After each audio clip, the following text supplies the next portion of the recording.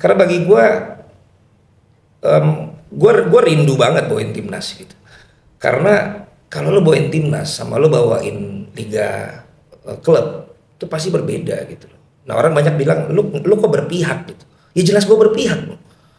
Gue bawain timnas Indonesia lawan negara lain. Ngapain gue mesti netral? Ya gue berpihak lah. Iya. Itu emosi yang gue bawa karena gue penonton Indonesia. Makanya kalau lo dengerin gue bawain Indonesia, kadang malah gue nggak mau sebut lawannya. Gue bilang bahwa tim kita sedang diserang, bukan tim lawan sedang menyerang. Tapi kalau sekedar mengingatkan apa yang sudah diberikan Marcelino buat timnas, kalau memang indisipliner itu masih bisa diberikan second chance. Artinya kan indisipliner kan berarti kan di luar teknis.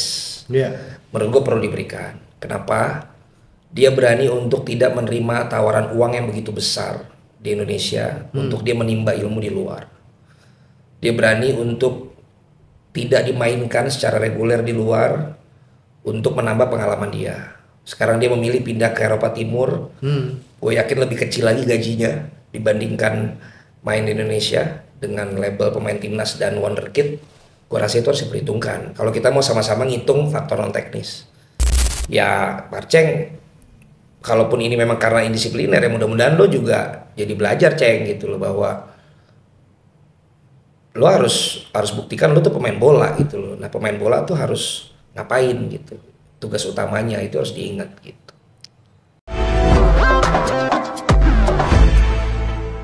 Yo, bertemu lagi dengan saya Dedik Prianto di podcast Ruang Bola. Podcast ngobrol ngalor gitu tentang sepak bola Indonesia, sepak bola dunia, dan sepak bola luar angkasa kalau ada. Dan tentunya saya tidak sendirian, saya bersama partner saya Indro yang bukan Warkop. Indro bukan Warkop. Kalau ngomong Warkop ntar kena royalti lagi. Abang Indro, Ya, kita berdua aja nih. enggak dong, kita pasti ada narasumber yang nggak kaleng-kaleng. Dulu kalau ingat ada penyiar yang jebret, nah Waduh, itu dia. ini juga nih orang yang sampai nih Abang Indro nih di kampung kok di pelosok Jawa Timur sono no gitu ya. Itu pada tahu nih. Jangan nonton bro, bahkan di Tarkam nih. Kalau lagi ini bareng-bareng nih ya, kacang-kacang nih. Jebret. Ini apaan gitu. Ternyata efek orang ini. Nah, iya. Sekarang udah bersama kita ini. Kita Iya. sambut bareng-bareng Valen Jebret. Baik. Apa kabar nih Valen? Baik ya?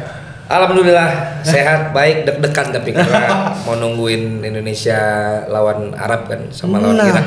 Aduh. Jadi deg-degan. Masih deg-degan? Masih deg-degan. Jadi masih ada optimisme? Ya, selama belum hasil akhir kan kita harus tetap punya harapan. Iya. Tetap punya apa ya? Optimisme gitu. Berat tapi bukan nggak mungkin kan gitu kan kira-kira. Walaupun harus realistis juga. Iya. Tapi ya masih ada 2 pertandingan lah. Seberapa realistis seorang Valen lihat Indonesia di Piala Dunia? Ya kalau bicara tentang momentum ya mau kapan lagi kan gitu loh. Dengan sekarang kita diisi pemain-pemain keturunan, kemudian juga pelatih sekarang juga pelatih yang lengkap, dari pelatih kepala, asisten sampai semua departemennya kan. Ini kan berarti kan bisa dibilang selamat datang dalam dunia profesional kan. Iya. Ternyata dalam satu kesebelasan itu pelatihnya pun juga nggak sedikit gitu loh, tim kepelatihan itu gitu loh. Nah untuk jangka pendek ini kan tentu saja diharapkan, selama masih ada harapan, menurut gua kan ini menjadi sebuah momentum untuk pemain-pemain dan juga pelatih sampai dengan pengurus untuk memberikan kebahagiaan kepada masyarakat Indonesia kan gitu loh. Ini kan momentum pertama kali kita bisa ikutan, merasa kita punya kans untuk lolos kan. Selama ini kan kita pikir ya paling cuman sampai babak-babak tertentu lah gitu kan. Nah sekarang udah sampai seperti ini kan, kepalang tanggung ya, sekalian bermimpilah setinggi langit, kalau engkau jatuh di atas bintang-bintang kan gitu katanya kan gitu loh. Jadi ya selama masih bisa, if you can dream it you can have it kan gitu. Ntar kalau urusan akhirnya amit-amit enggak, ya nanti udah dicoba gitu sih. Nah, kalau dari sisi permainan, kalau permainannya Patrick Kluivert sendiri bagaimana? Apakah semakin menimbulkan keyakinan atau wah kok jadi kayak gini gitu? Kalau dari sisi permainan ya bisa dibilang kan Patrick Kluivert sekarang udah nunjukin dua cara yang bisa dilakukan kan. Apakah meneruskan cara yang dilatih oleh pelatih sebelumnya, yaitu bermain reaktif, bermain lebih pragmatis, atau menampilkan permainan seperti yang dalam 2 pertandingan terakhir di FIFA Matchday kemarin itu ditampilkan kan, menguasai bola, bermain lebih fluid, dan kemudian melakukan inisiatif serangan. Artinya Coach Patrick Kluivert, Danny Lanzat, sama satu lagi lupa gue, Coach pokoknya itu kan bertiga. Alex Pastur itu kan berarti kan tinggal mereka menentukan menghadapi Arab dan menghadapi Irak ini strategi mana nih yang dipilih. Kalau pelatih yang lama kan kita bisa seri di Arab dan menang di GBK Jakarta kan dengan sepak bola reaktif tuh, dengan menunggu. Nah sekarang kan kita akan lihat nih bermainnya di Arab pula kan, kira-kira strategi yang mana yang akan ditampilkan gitu. Kalau mau bicara tentang keseruan ya udah pasti meladeni permainan kan gitu. Tapi kalau bicara tentang kesabaran ya seperti Crystal Palace lah. Seperti Crystal Palace. Ya, sabar tapi akhirnya bisa menang gitu loh. Itu menyakitkan deh ya. Menyakitkan. Waduh, gua di antara 2 fans Liverpool ini, bro. Menyakitkan gitu ya kan. Jadi ya kita lihat nanti pendekatan yang mana yang akan dipilih kan gitu. Idealnya? Kalau bicara ideal ya saya takut salah ngomong ya. Tuh men, seorang jebret takut salah ngomong. Karena ternyata masih lumayan suka dipotong-potong omongan saya. Gitu. Ini karena drama-drama kemarin lah ya. Nanti ini begini katanya ini begitu. Tapi kalau melihat dari 2 catatan sebelumnya, kita bisa dibilang hasilnya positif menghadapi Arab. Kenapa kita nggak coba dengan cara yang sama gitu loh? Daripada mengambil resiko pendekatan yang baru, tapi kita belum tahu. Jangan-jangan itu yang ditunggu sama Arab Saudi. Gitu loh. Kenapa Crystal Palace jadi jinxnya Liverpool? Karena Palace sudah tahu banget menghadapi Liverpool tuh nggak bisa jual beli serangan. Nunggu, tapi lo melatih dengan benar ketika lo melakukan serangan balik, benar-benar creative chancesnya tuh berbahaya. Karena kalau nggak, karena Alisson kemarin juga bobol udah banyak. Benar. Nggak tembus dari serangan balik, set piece, 1 corner kick, 1 lemparan ke dalam, gitu loh. Nggak indah, nggak menjadi sebuah fantasi yang kalau nonton bola gitu loh. Tapi Crystal Palace tahu betul, gue konsisten aja lakukan itu sampai frustrasi terus kan Liverpool pas partai terakhir di Anfield kan gue nonton langsung ke sana, yang waktu itu udah pasti juara, kan 1-1 sama, dia tetap dengan gaya menunggunya seperti itu. Community Shield, sampai ada penalti ya, sama, nunggu aja terus. Di match sebelumnya sama, sampai dengan kemarin tadi udah nggak ada si Eze loh. Udah pindah ke Arsenal kan, sama. Dan Liverpool susah terus lagi ngadepinnya gitu. Jadi dia mempertajam bagaimana numpuknya, tapi mecah serangan balik sama set piece-nya ini yang terus dipertajam sama Crystal Palace gitu. Tapi itu Crystal Palace loh ya, ini gue Crystal Palace. Yang penting pokoknya berarti hasil akhir ya.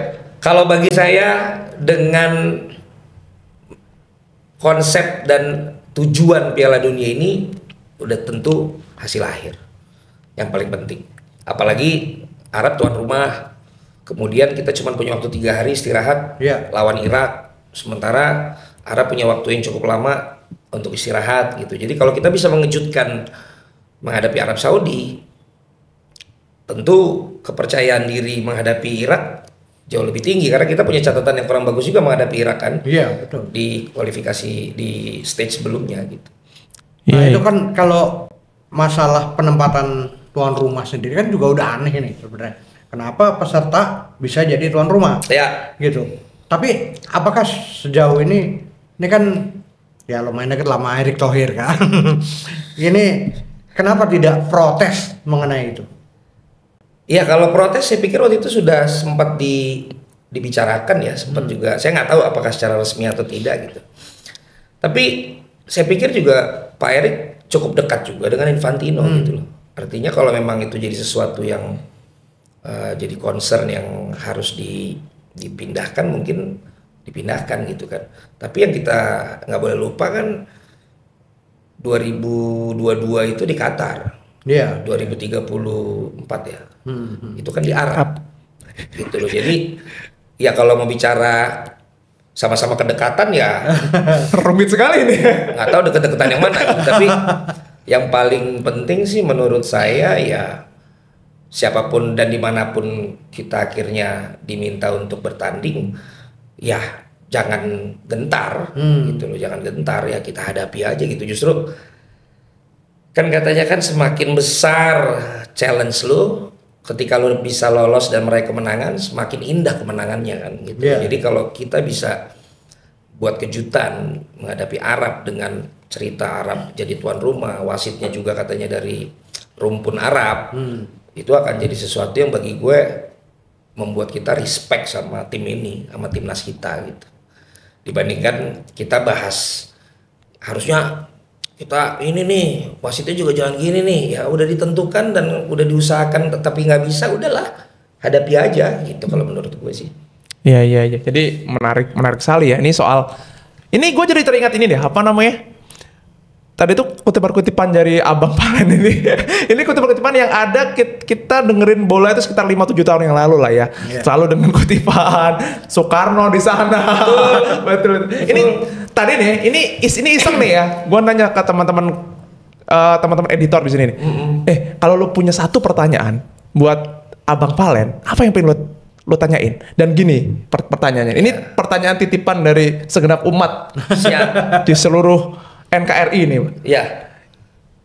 Ini Bang Palen ini masa kecilnya makan apa sih? Kok ini apakah seperti kata orang-orang Betawi nih ya? Lu kalau ngomong terus ini lu makan kroto ya? Ini kok bisa jadi seleb untuk bisa bikin jebret, bikin apa? Ini ya yang jelas yang pertama gue suka sepak bola dari kecil. Kemudian ditambah yang kedua di keluarga gue yang keluarga Batak itu kan memang setiap acara harus disuruh ngomong. Jadi terbiasa untuk ngomong gitu kan. Terus kalau latar belakang gue juga lawyer kan, hukum gitu. Jadi digabungin jadi satu ya bisa jadi ramuan seperti itulah kira-kira gambarannya. Ngomong cepet itu menjadi satu persona yang gue tambahin. Tapi ngomong lancar ya tadi karena berkat sering banget disuruh ngomong kalau di setiap acara keluarga. Bola kok bisa passion banget ya karena dari kecil seneng bola tapi nggak boleh jadi pemain bola karena diutamakan dulu pendidikan sama orang tua.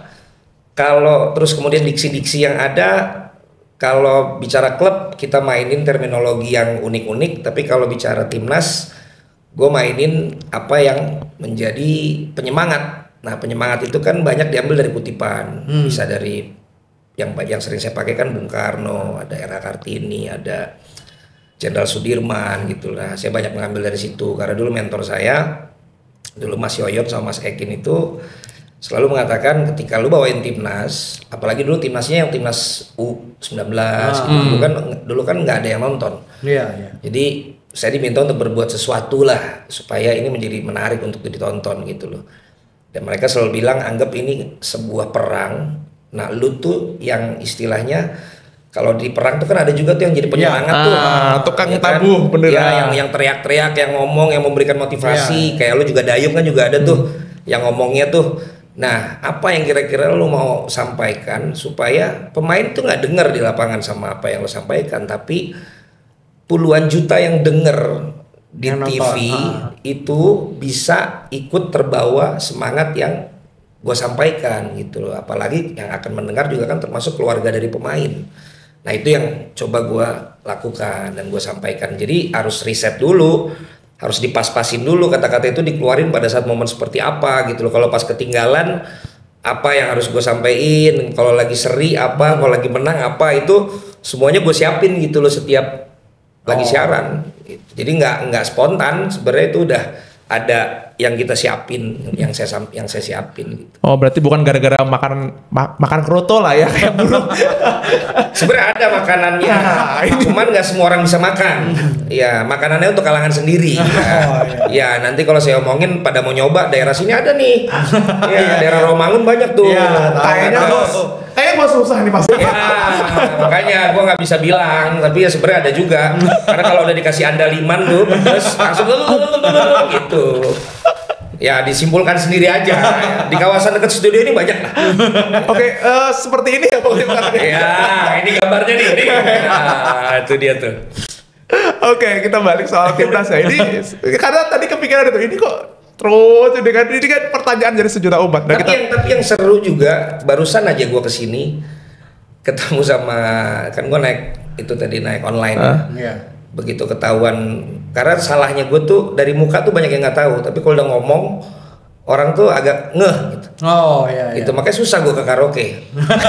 Ya muka mungkin nggak ketahuan, tapi begitu suara kedengeran, ya kan. Jadi banyak sebenarnya yang juga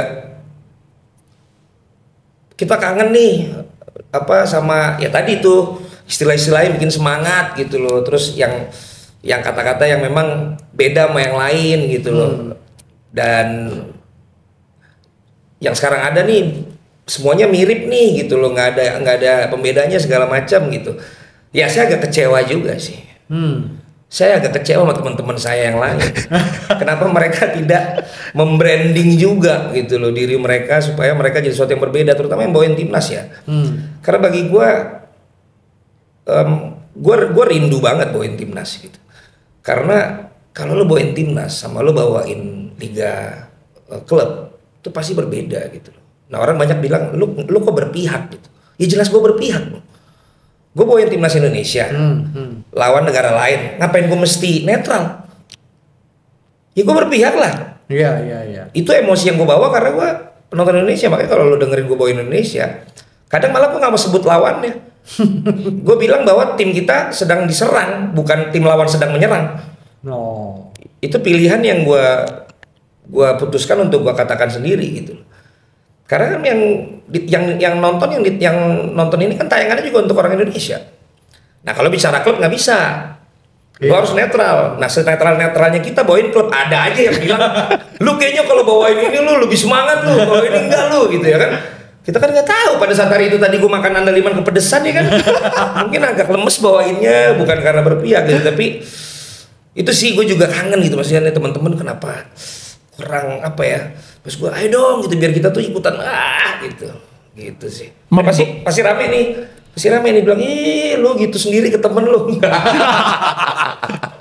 Tapi kan itu sempat dicoba juga ya, kalau dulu ada era jebret, ada sambungannya Ahai lah atau apa. Sorry, sebenarnya Ahai duluan dibanding jebret ya. Oh gitu. Tapi karena dulu gue malah bawainnya yang normal. Tapi waktu itu diminta untuk menemukan jargon dan menemukan gaya seperti di radio. Jadi sebenarnya kalau duluan yang membawa kembali konsep Tarkam itu sebenarnya Hadi duluan. Hadi Ahai, ya. Respect sama Ahai. Respect. Kalau Rendra dulu juga di Liga disuruh bawain Jeger. Rendra dulu. Sekarang kan dia Sukardi Percaya. Punya tagline masing-masing. Sukardi Percaya. Bener lagi. Ya ada lagi yang jebol, ada yang sikat, ada yang bingo. Beda-beda lah sekarang. Beda-beda. Jadi lo mau tagline apa lo? Ajar. Ya. Itu saya nggak tahu udah tayang apa belum, tapi Henry Satrio udah pernah diundang ya? Udah pernah ya. Kalau kalian lihat tagline-nya jadi handsat. Handsat kan tanpa T. Nah sebelumnya kan handsat. Iya. Nah itu tanya tuh siapa yang ngasih tahu. Wah jangan-jangan Lu tanya aja sama dia. Kalau dia nggak mengakui berarti memang dia kacang lupa sama kulitnya. Untuk Bang Hensat. Oh dia ganti jadi handsat. Oh berani kau ya. Iya, balik lagi ke timnas. Balik Ini kan udah ke brandingan aja lah. Ke timnas agak bahaya ini. Wah, ntar ke tepi jurang ini. Aman. Kalau ke tepi jurang kita angkat, kita jorokin.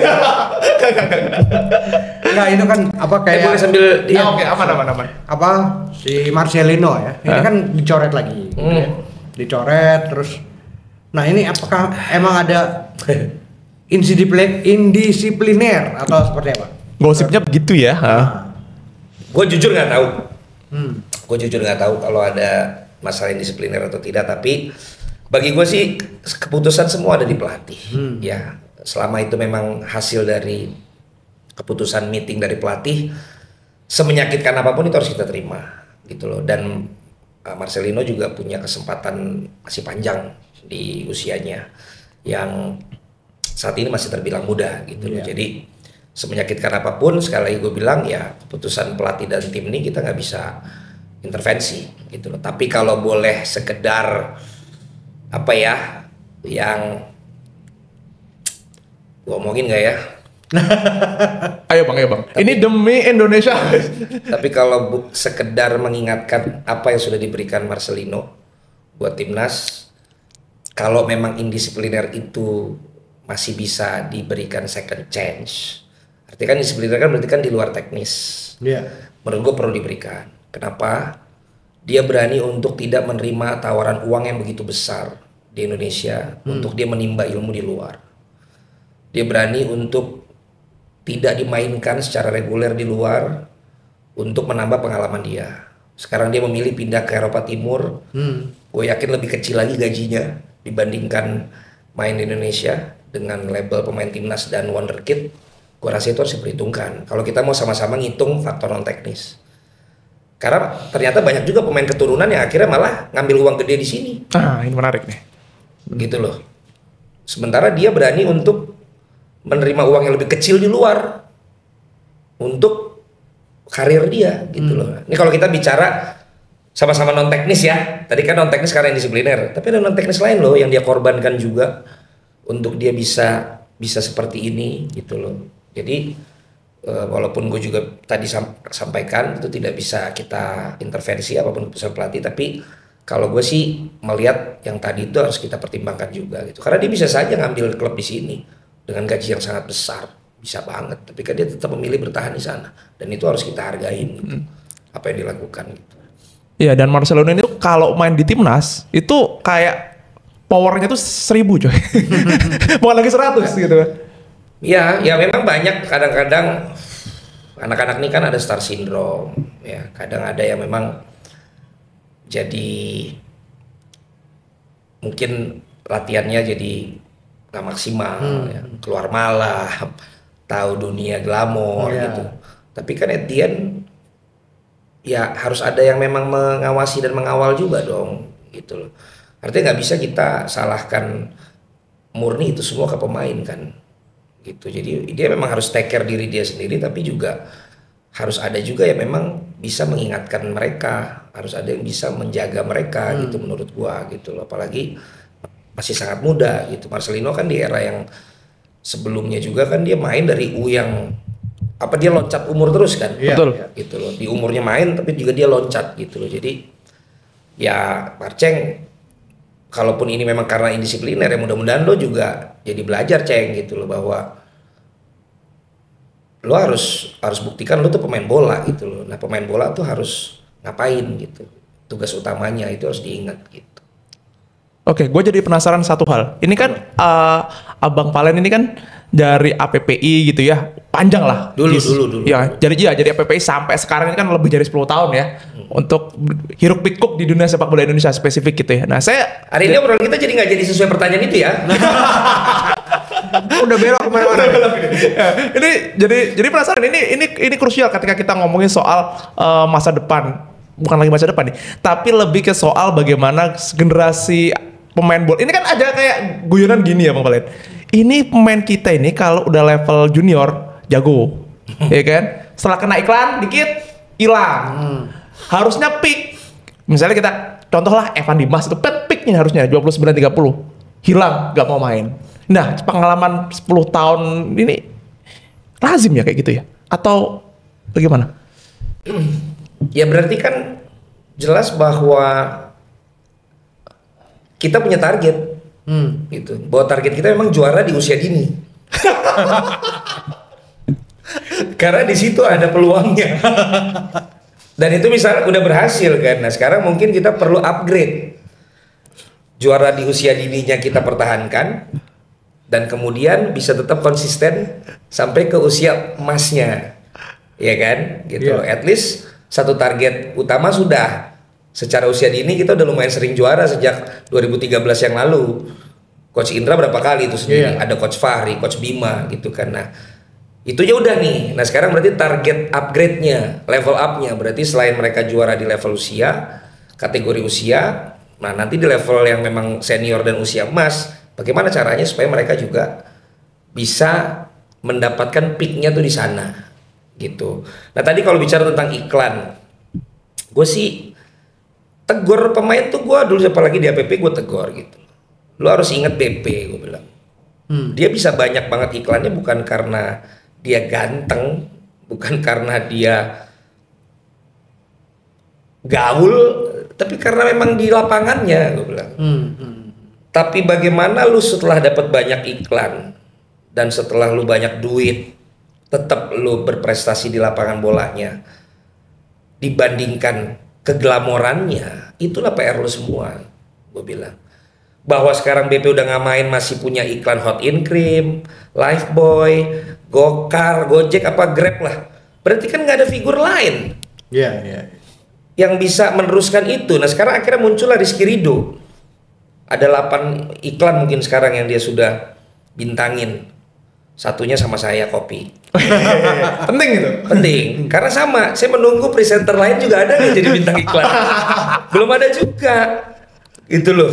Berarti kan belum ada lagi figur yang bisa seperti itu kan. Nah kenapa saya berani katakan itu ke pemain? Karena saya ngalamin juga, saya kenal dengan BP juga, dan dia selalu bilang, gue bisa dapat banyak iklan karena apa yang gue lakukan di lapangan, bukan karena yang gue lakukan di luar lapangan. Dan dia juga udah ingatkan itu ke teman-teman. Nah sekarang kita lihat nih misalnya, apakah Ridho bisa nggak mempertahankan ini? Kalau dilihat dari karakter personalitinya sih harusnya bisa, karena ini anak kan lumayan orangnya humble ya, bukan yang keluyuran gitu loh, bukan yang main-main lah. Karena saya sering ketemu sama yang keluyuran. Nah Ridho nggak pernah ketemu tuh. Dan mudah-mudahan akhirnya ada penerus BP gitu loh, bahwa ternyata lu dihargai sebagai bintang iklan bukan karena lu ganteng dan perilaku gaul lu, tapi karena prestasi dan inspirasi lu di lapangan itulah yang membuat lu jadi bintang iklan gitu. Jadi kembali pemainnya kedua ya, gue pikir tetap walaupun itu adalah tanggung jawab sendiri, tapi dalam tanda kutip selalu memberikan selalu memberikan advisor lah untuk pemain. Itu harus ada menurut gue. Harus ada, karena usia-usia mereka ini kan masih muda, tiba-tiba followernya jutaan, yang DM juga banyak, ya harta tahta wanita nih masalahnya kan. Duit lu udah banyak, lu ditawarin banyak klub, cewek rela ngapain aja buat lu gitu. Di hotel, gue mau dong, lu ini ya itu jujur-jujuran lah. Itu fakta ya, terjadi ya? Lah lu pura-pura nggak tahu, lu kan wartawan, lu lebih tahu lah yang nunggu di hotel berapa banyak, apalagi sekarang bisa apa lewat sosmed seperti itu gitu loh. Balik lagi, bukan masalah boleh nggak boleh kalau buat gue, tapi Lamine Yamal lah, kita tunggu nih keblangsatannya dia di usia sekarang nih akan ngaruh nggak di lapangan. Selama dia nggak ngaruh di lapangan, ya mau bilang apa? Dia tetap yang kita ininya kan pemain bolanya gitu loh, itu kan urusan pribadi dia di luar gitu. Tapi kalau ternyata akhirnya karena kegaulan dia ini membuat di lapangan berantakan, ya itulah problemnya gitu. Tapi ketika lo bareng-bareng dengan para pemain itu untuk jadi masuk di iklan itu lo ngomongin juga nggak ke mereka? Oh iya, selalu gue omongin, selalu gue omongin. Dan yang gue tahu kalau mereka mau syuting itu beda sama gue bisa sampai malam. Kalau mereka udah dijagain, gue cuma bisa misalnya sampai jam sekian, karena gue harus latihan. Nah itu yang benar. Jangan lu juga lu kasih waktunya sama kayak gue mah bisa sampai malam nih syuting gitu loh. Makanya gue biasanya belakangan selesainya, karena pemain akan ngambil take duluan yang sesuai jamnya dia yang dikasih. Belajar misalnya kalau bilang dari Neymar, pemain dunia banyak iklan, bisa jadi cuma ngasih 1 jam. Ronaldo waktu dulu ngetek iklan yang oranye itu di Singapura, itu benar-benar gue nggak mau tahu, pokoknya dia sekian menit, ya lo selesaiin aja, karena waktu dia cuma segitu. Gitu.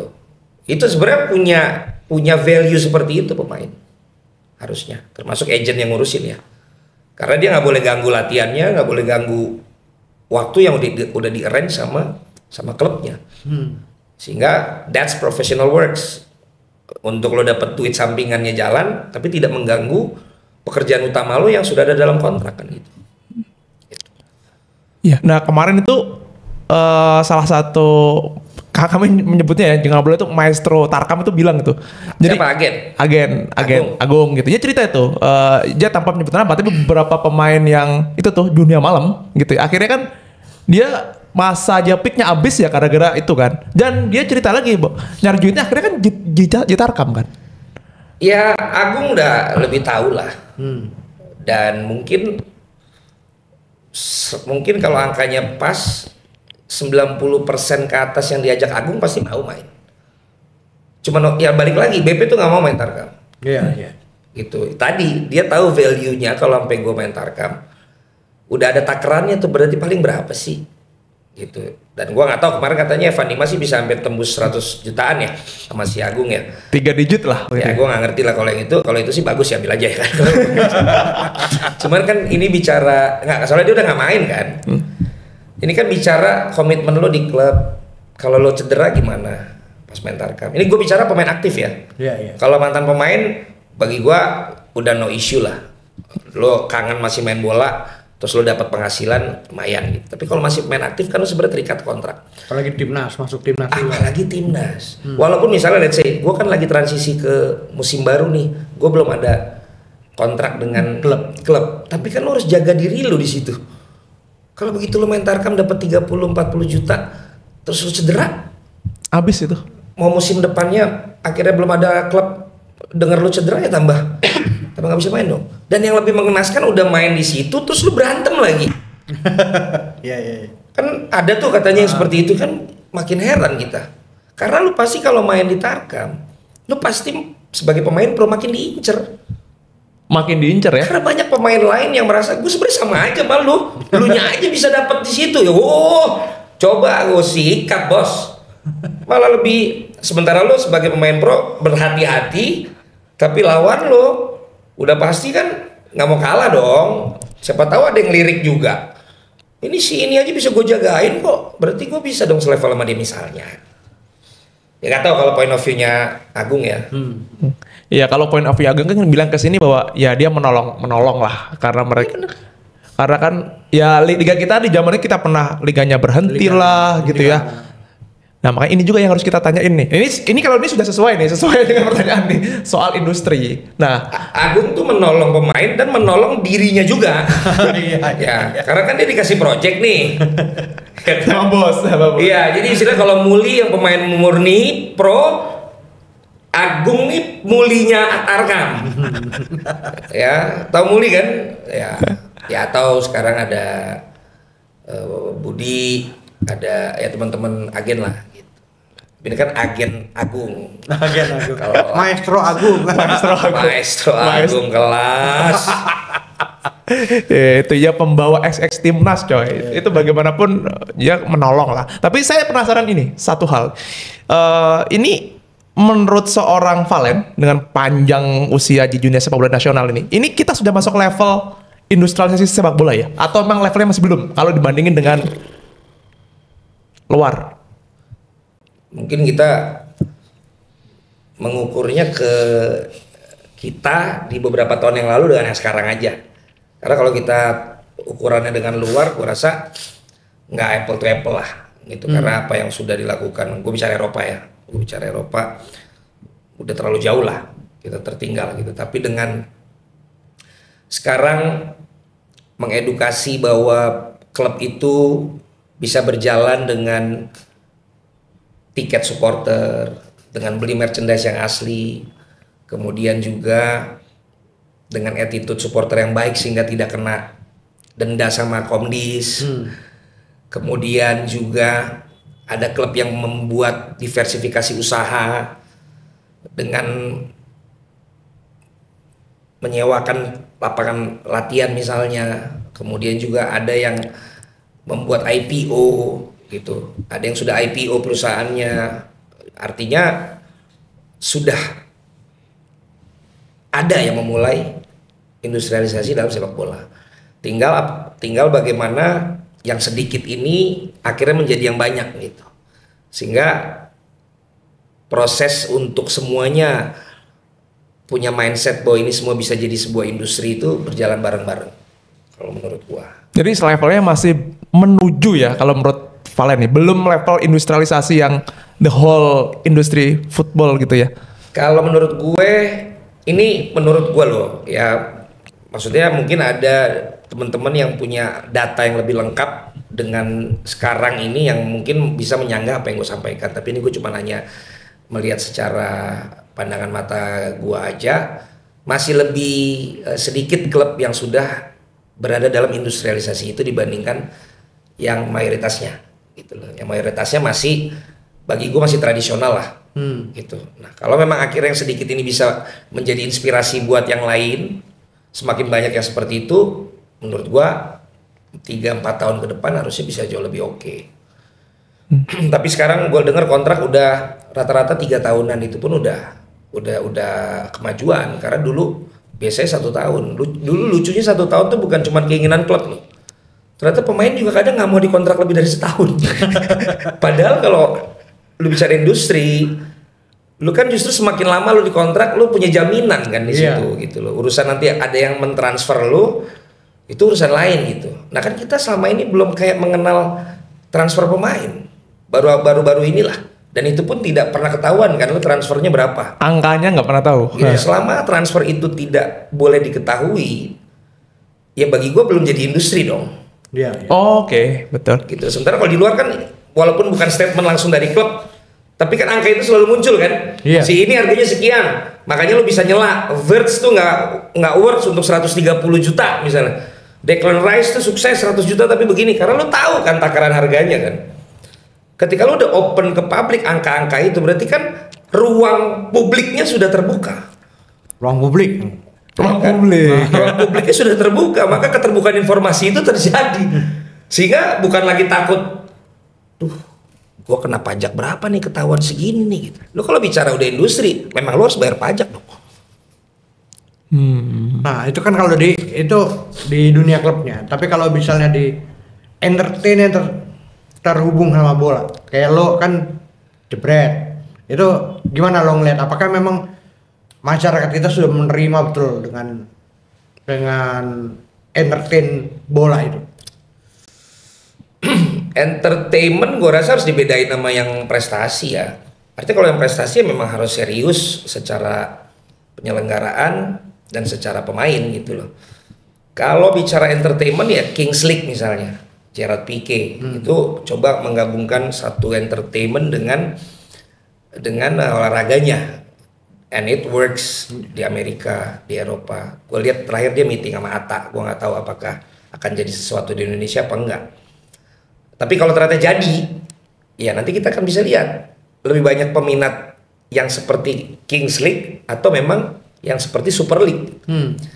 Kalau gue tetap melihat, karena gue suka dan main bola juga, ya gue tetap yang memang kalau kompetisi prestasinya memang harus yang tetap seriously gitu. Entertainmentnya adalah bagian dari misalnya lo bikin halftime show, ya kan. Kemudian lo bikin di luar stadionnya ada activation apa, lo bikin pre-eventnya apa. Nah itu bagi gue masih bisa lo masukin entertainmentnya gitu. Tapi kalau di lapangannya, yang menurut gue itu berbeda lah. Itu bagi gue lebih ke sportainment. Kayak yang gue bilang Kings League itu kan sportainment. Termasuk hal-hal yang seorang jebret ini lakukan di ngumpulin para pandit gitu, itu untuk sebagai upaya itu atau gimana? Kalau di platform gue ada beberapa IP sebenarnya. Yang serius memang yang beberapa pandit ngomong itu serius tuh, makanya kan dibilang Ini omongan yang memang beneran daging untuk yang penonton bola sebenarnya gitu. Tapi ketika gue di podcastnya itu gue masukin sisi entertainmentnya. Terus begitu gue bikin IP celebrities match, kemudian juga beberapa match-match, ada awarding juga. Nah itu bagian dari sportainment gitu. Jadi ada yang gue pisahkan juga mana yang kalau yang ini emang orang-orang dan penonton gue yang serius-serius nih. Kalau ini adalah yang pengen ada bumbu-bumbunya gitu. Gue bedain IP-nya. Dan itu sampai detik ini menurut seorang Valen berhasil ya untuk menuju tadi industrialisasi atau mendukung industrialisasi bola ya? Menurut gue dengan homeless platform seperti gue dan teman-teman lain sekarang yang banyak ya, kita nggak bisa tayangin matchnya, tapi kita bisa bikin obrolannya sama kita bikin beberapa varian acaranya dan ada yang nonton, ya berarti menurut gue cukup kena ya. Kita bisa lu bayangin kalau sampai kita bisa nayangin matchnya juga kan, sebenarnya kan makanan utama dari produk olahraga ataupun sepak bola khususnya kan pertandingannya sebenarnya. Tapi ketika lu bisa bikin turunannya yang tanpa ada pertandingan dan bahkan cuplikan golnya lu nggak bisa ambil karena copyright, tapi ada yang nonton, ya menurut gue lu udah ada dalam jalur yang benar. Beda sama ketika gue sampai hari ini bikin obrolan badminton atau volley, itu belum kemakan. Obrolan-obrolan sesudah dan sebelum pertandingan basket belum kemakan ya levelnya? Belum. Bola udah, bola cukup kita obrolin, kita debatin, itu udah rame yang nonton. Dan yang paling penting kan sekarang clipper. Ketika orang nyomot omongan yang ada dalam IP lu dimasukkan ke dalam sosmed, berarti udah jadi word of mouth gitu loh, dan bisa jadi diomongin gitu.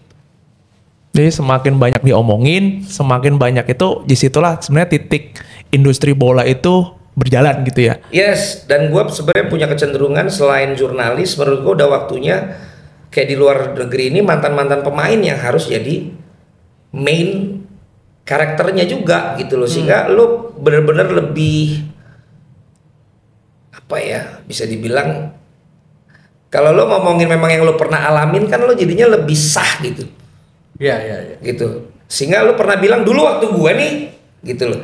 Kalau kita nih kan jurnalis, orang-orang yang memang otodidak ini kan lebih ngamatin yang kita tahu, kita ngomongin aja sore. Di pinggiran lapangan ya. Gitu loh. Tapi kalau yang pernah jadi pemain, yang punya lisensi pelatih, yang pernah ngelatih, sebenarnya kan dia punya value yang lebih menurut gue. Makanya itu gue sering dorong, selalu undang gue sekarang selalu mantan pemain. Supaya mereka juga mulai muncul gitu. Jadi udah mulai lo undang-undangin mantan-mantan pemain. Oh, udah. Kalau lihat sekarang paling sering rame sama gue kan Greg. Papi. Gitu. Terus sekarang yang ngajak pertama kali dulu kan Best kan gue. Best sekarang juga udah di TV, udah di mana-mana juga. Zainal Arif, BP dulu gue bikin Battle of Life kan nggak usah ditanya lah. Ponario, Atep, sekarang kan udah mulai muncul tuh. Nah maksud gue itu juga bisa jadi sarana, lo nggak mesti apa kalau karir lu setelah jadi pemain sekarang udah bisa dimasukin juga tuh sebenarnya. Pandit, analis pertandingan yang di TV atau yang di platform digital itu ternyata udah bisa jadi mata pencarian juga sebenarnya. Itu niatnya mengundang mereka untuk juga membantu mereka juga ya, pasca pensiun atau seperti apa gitu. Ya artinya kalau lu nyaman di situ, lu juga nanti merasakan manfaatnya kan, habisnya terserah lu kan, lu mulai dipanggil di mana-mana. Kalau lu nyaman juga kira lu bisa hidup dari situ kan gitu. Iya, gue jadi inget ini nih, apa? Ini kan kalau di luar negeri kan banyak ya, salah satu yang paling ikonik kan pertarungan antara Jamie Carragher dan Gary Neville. Itu kan sampai hina-hinaan dan itu lucu sekali gitu ya. Itu yang kita itu belum, gue bayangin misalnya legenda Persebaya gitu ya, misalnya siapa? Legenda Persebaya lah sama legenda Arema terus ceng-cengan, atau legenda Persija sama BP legenda sama siapa gitu. BP sama legenda Persib siapa, sama Atep misalnya kan, itu kan jadi sangat lucu sekali. Itu yang kira-kira belum menarik juga bikin kayak gitu ya. Iya, apalagi figur misalnya gini yang dulu selalu berantem kan Vieira sama Roy Keane. Iya. Terus kan dia muncul di satu program yang sama. Itu kan ditunggu banget gitu loh, karena dulu kan lo patah-patahan kaki loh. Sekarang lo ngomong gimana tuh gitu. Itu kan seru banget gitu. Jangan BP lah, BP yang orang terlalu respect. Ya cari yang lain lah. Ya, emang dulu kita sering lihat wah gontok-gontokan di lapangan, temuin dia di sini untuk ngomong itu seru menurut gua seru. Karena itu bagaimana industri bekerja kan begitu untuk mendukung the whole sepak bola. Karena kalau lu bicara jurnalis kan lu bicara data. Iya. Nah kalau lu bicara mantan pemain lu bicara experience. Begitu digabung omongan yang data dengan omongan yang experience kan itu jadi seru. Ya kan? Iya menarik. Jadi saya penasaran, ini kan berarti kan dampingin beberapa pemain lah, kira-kira gitulah, atau nemenin ngobrol beberapa pemain kan. Pernah dapat cerita lucu nggak tentang bagaimana dia pasca live, gitu ya, pasca hidup dia sebagai inilah, sebagai pesepak bola jangan selesai. Ada cerita lucu nggak soal pemain ini? Kalau ya banyak sih anak-anak cerita lucu gitu, lo undang mereka sendiri aja lah supaya langsung first hand story gitu. Kalau sama gue ntar kan gue jadi ceritain punya orang ya kan, mendingan lo ntar undang aja karena semua punya cerita lucu. Dan gue kasih saran sama lo, sebenarnya yang paling banyak cerita lucu dan cara menyampaikan yang lucu yang gak lo duga adalah Coach Bima. Coach Bima? Coach Bima itu storyteller yang gokil, mirip stand up comedy. Seorang Coach Bima ya? Lo undang bareng, udah Coach Bima aja cukup lah. Storyteller, lucu dia. Menarik. Punchline-nya, dan dia punya banyak kisah yang wah pokoknya sampai lu bisa bikin dia ceritanya itu di sini ya, itu hebatnya kalian berdua lah sebagai host. Karena banyak banget cerita lucunya dia tuh banyak banget. Oke. Ada yang boleh di-spill gak nih? Enggak. Ini karena semua menyangkut nama pemain, tingkah lakunya, jadi emang kayak harus, tadi gue bilang kalau Bima yang ngomong, yang diomongin pun nggak akan marah. Karena Bima yang ngomong. Kalau gue kan ngomong sama lo itu jangan bilang. Terus gue bilang di sini kan repot gue. Jangan, lo tanya Bima aja. Tapi kan tinggal jebretin. Jangan dong, kita ada kode etik. Ada kode etik jurnalis kan. Nah kalau kita ini kode etik friendship. Kode etik curhat. Ya supaya mereka tetap percaya sama gue. Ya. Banyak cerita itu, banyak sekali. Nah itu membangun kepercayaan, misalnya dari pemain lah, dari pandit-pandit tadi. Itu bagaimana awalnya tuh untuk membangun itu? Kalau gue selalu pengen bareng-bareng sih orangnya gitu. Jadi kayak gue bukan orang yang insecure dengan wah semakin banyak ini semakin tersaingin dong lo gitu. Gue selalu pengennya kita bareng-bareng ngangkat industri ini. Itu yang pertama.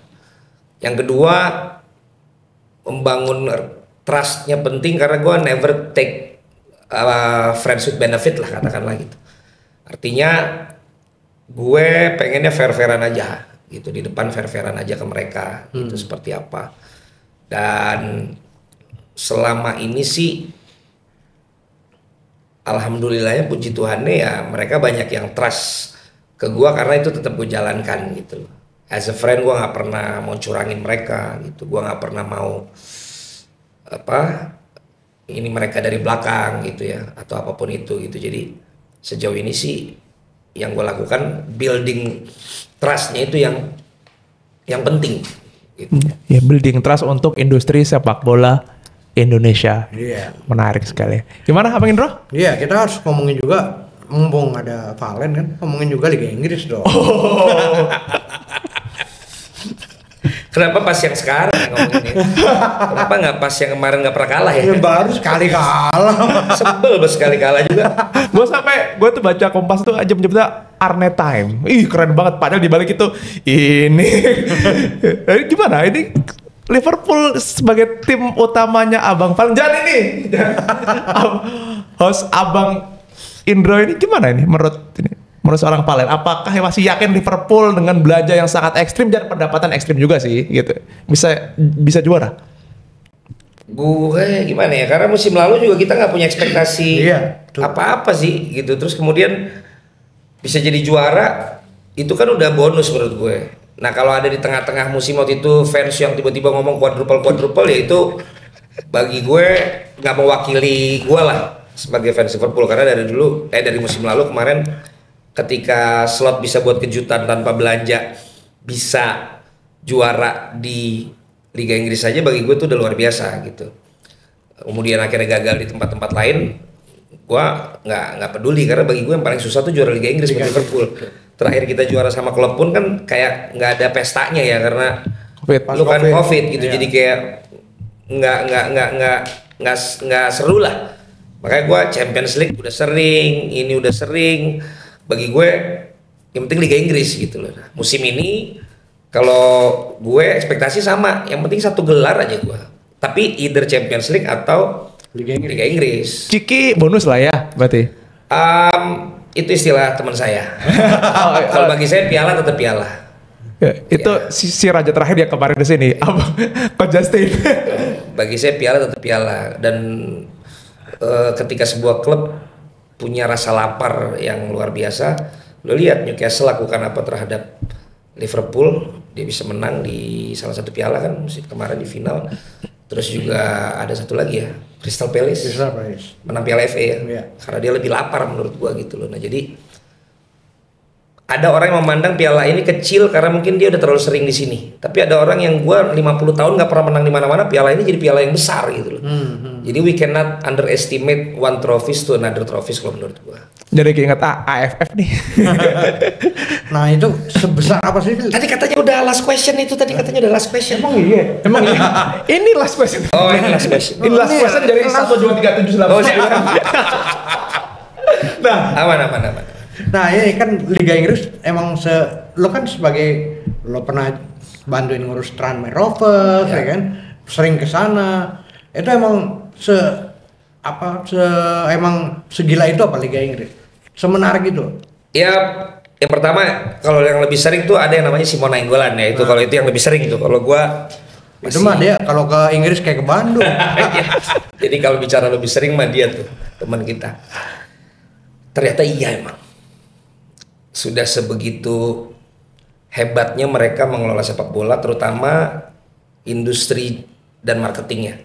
Karena kalau lu telisik lagi sebenarnya secara prestasi di Champions League segala macam kan sebenarnya nggak sering-sering amat juga 10 tahun terakhir ini gitu. Lu bisa dari liga-liga yang lain, tapi the way they organize the league, the way they do marketing things ke industri sepak bolanya tuh itu yang keren banget gitu. Karena mereka tahu yang dilakukan every weekend oleh warga negaranya adalah nonton bola. Bahkan sekarang anak gue nanya kapan kita diajak, kapan mereka gue ajak pergi ke Inggris gitu. Gue bilang gue bingung, satu duitnya gue bingung. Karena kan bawa mereka jadi harus bawa 4 orang ya kan. Yang kedua gue mau bawa lu kemana ya selain stadion ya, karena gue ke Inggris taunya cuma ke stadion doang. Dan ternyata kan bener nggak jauh-jauh dari jam itu, terus nanti lu akhirnya selain itu ke apa mbak? Foto apa itu foto telepon apa ya?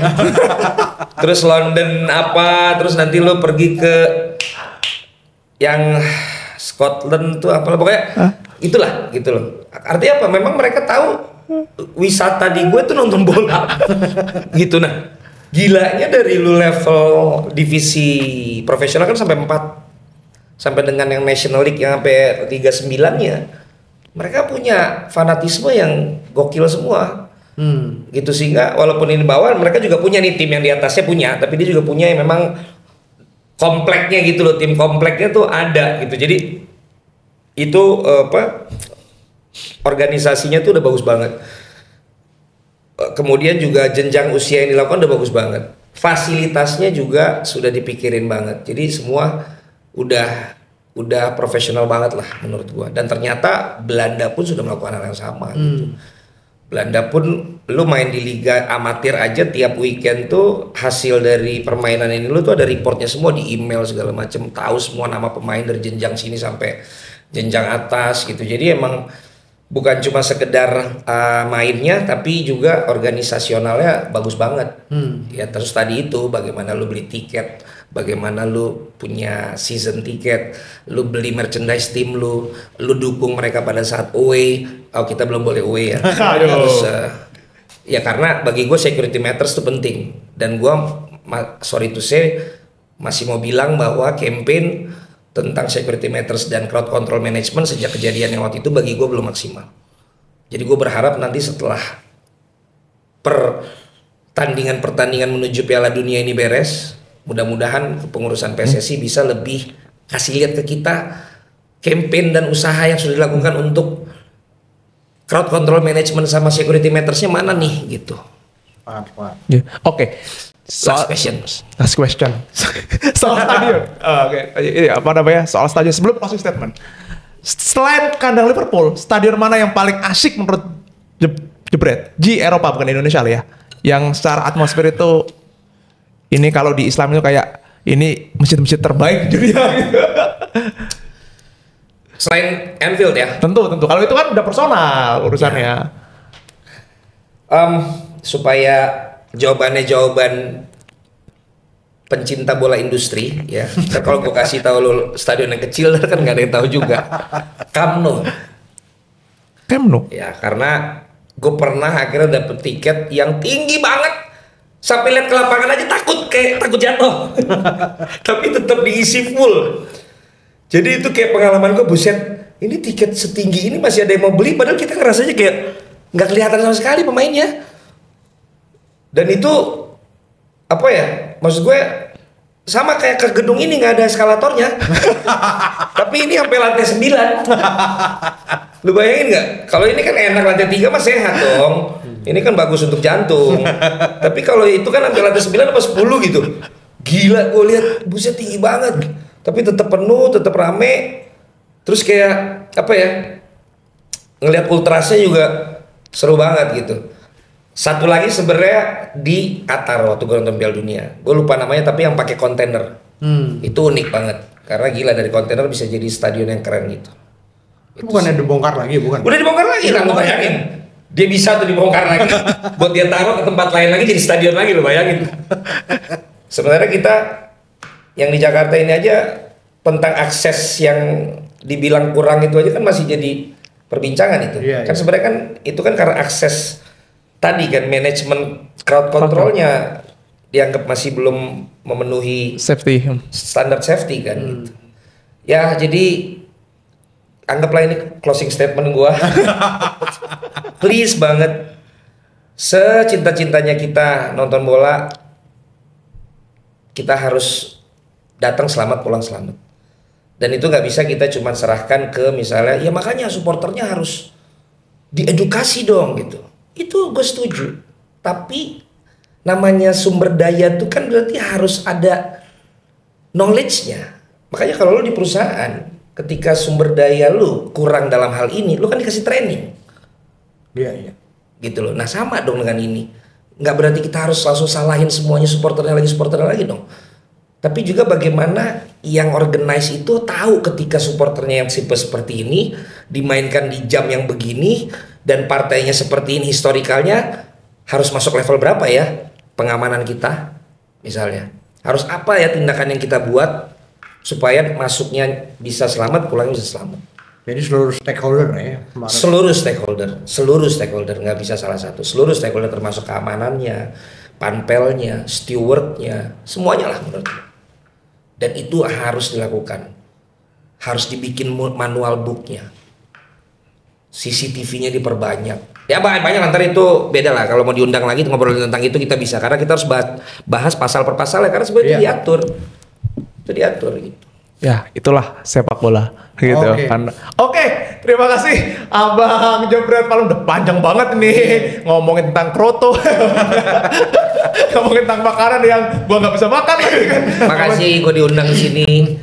Sebuah kehormatan sekali. Ya, ini namanya kan jadi ruang bola. Di ruang bola ini waduh, sebuah kebanggaan buat saya. Wah, kami ini dipuji-puji gini malah ke atas ini kebanggaan buat saya. Nanti Desember kita bikin awarding lagi, datang ya. Siap. Kalau buat jadi nominasi mungkin masih terlalu baru, mungkin tahun depan lah ya. Oke, di challenge. Oke. Tahun depan kita. Siapa tahu, nggak taunya sebulan 2 bulan meledak langsung masuk nominasi. Oke, sekali lagi terima kasih Abang Palem. Makasih Mas Dedi. Semoga Liverpool dan timnas berhasil. Amin. Ya ampun, amin. Ini yang gue tunggu. Oke, sekali lagi terima kasih, seru banget hari ini dan sekali lagi teman-teman tetap di Ruang Bola karena nanti akan banyak banget hal obrolan yang menarik sekali. Tentu saja tetap bersama saya Dedek Prianto dan rekan saya Ignatius Indro yang buka warkop daripada kena royalti. Jangan lupa subscribe, like, komen dan juga share. Dadah, sampai jumpa lagi.